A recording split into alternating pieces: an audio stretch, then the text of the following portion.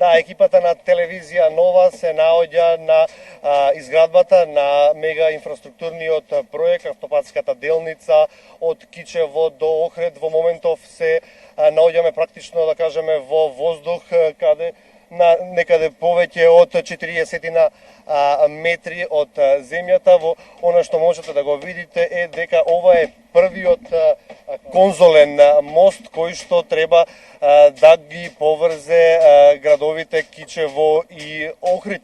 Она што можевме да го забележиме додека патувавме наваму е дека со засилено темпо се одвиваат градежните работи на овој мега инфраструктурен проект. Според проценките се изграден, овој ќе биде првиот изграден мост во градежна фаза или во изградба е уште еден ваков мост, а дополнително на оваа инфраструктурна делница се градат и виадукти, мостови, надвозници, подвозници, но и трасата која што е во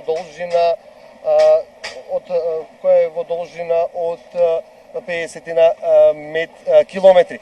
Тука со мене е генералниот директор на проектот на оваа автопатска делница на Кичево Охрид, Джеко Скендерович. Ви благодарам за гостувањето во ова информативно издание на телевизија Нова. Кажете ми како се одвиваат градежните работи?